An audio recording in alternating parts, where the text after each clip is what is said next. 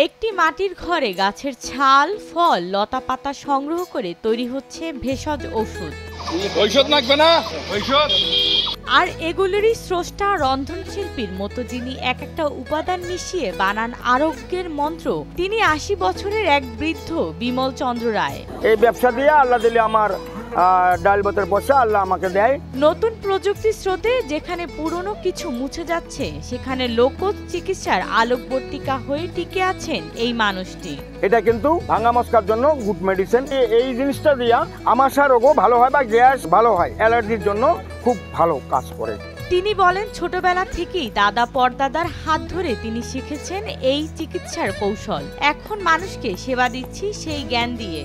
এটা কিন্তু সোনালটা কিন্তু কাশের জন্য বা অ্যাজমার জন্য বা পুরাতন আমাশার জন্য এই জিনিসটা খুব ভালো কাজ করে। বলেন তিনি নিজ হাতে সংগ্রহ করেন বনজ উপাদান, সেগুলোর গুণাগুণ বুঝে তৈরি করেন প্রাকৃতিক ঔষধ। তার বিশ্বাস প্রকৃতিতেই আছে সকল রোগের প্রতিকার। এটা আল্লাহর নেয়ামত, পাতার থেকে হয় বা পেশাবের থলিতে পাথর হয় বা পিত্ত থলিতে পাথর হয়। এই গাছটা যদি নিয়মিত কোনো রোগী খায়, ইনশাল্লাহ সেই রোগীটা ভালো হয়। একটি ছোট্ট ভ্যান গাড়িতে চাপিয়ে নিজ হাতে বানানো ওষুধ তিনি নিয়ে যান গ্রামের হাটে বাজারে, যেখানে রোগীদের কথা শুনেন, বোঝেন সমস্যার ধরন, দেন পরামর্শ ও ওষুধ। হাসপাতালে যেতে না পারা মানুষদের জন্য তিনি যেন শেষ আশ্রয়।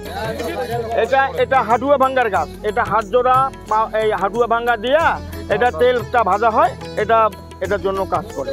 স্থানীয় এক বাসিন্দা বলেন, অনেক সময় হাসপাতালে যেতে পারি না, তখন বিমল দাদার কাছেই যাই। ওনার ঔষধে অনেক উপকার হয়। দেখলাম তেলগুলো কিছুক্ষণের মধ্যে আমার তেল ব্যথা দিয়ে ঠ্যাঙ্গের ব্যথা অনেক দূর কমে গেল আল্লাহর রহমত। তারপরে আমি একটা ফাইলের কাছে নিলাম ১০০ টাকা দিয়ে। কোমরের ব্যথাও সারছে এবং হাঁটুর ব্যথাও আমার সারছে। সময় বদলেছে চিকিৎসার ধরন, কিন্তু বদলায়নি বিমল চন্দ্র রায়ের মনোভাব। তার লক্ষ্য একটাই, সেবা দেয়া, সাধ্যমতো নিরাময় আনা। তবে একটি উদ্বেগ তাকে কুরে কুরে খাচ্ছে, এই প্রাকৃতিক চিকিৎসা নতুন প্রজন্মের হাতে থাকবে তো? এটা নারী ও পুরুষের যৌনের জন্য এই গাছগাছরা লতা পাতার ওষুধগুলা খুবই ভালো। লালমনিরহাটের কালীগঞ্জ উপজেলার এক প্রান্তিক গ্রাম উত্তর মুসরত মদাতি, যেখানে মুঠোফোনে ডাক্তারের অ্যাপয়েন্টমেন্ট মেলে না, যেখানে অ্যাম্বুলেন্স আসতে আসতে রোগী মারা যান, সেখানেই ঠিক ভরসার আলো হয়ে দাঁড়িয়ে আছেন এই বিমল চন্দ্র রায়।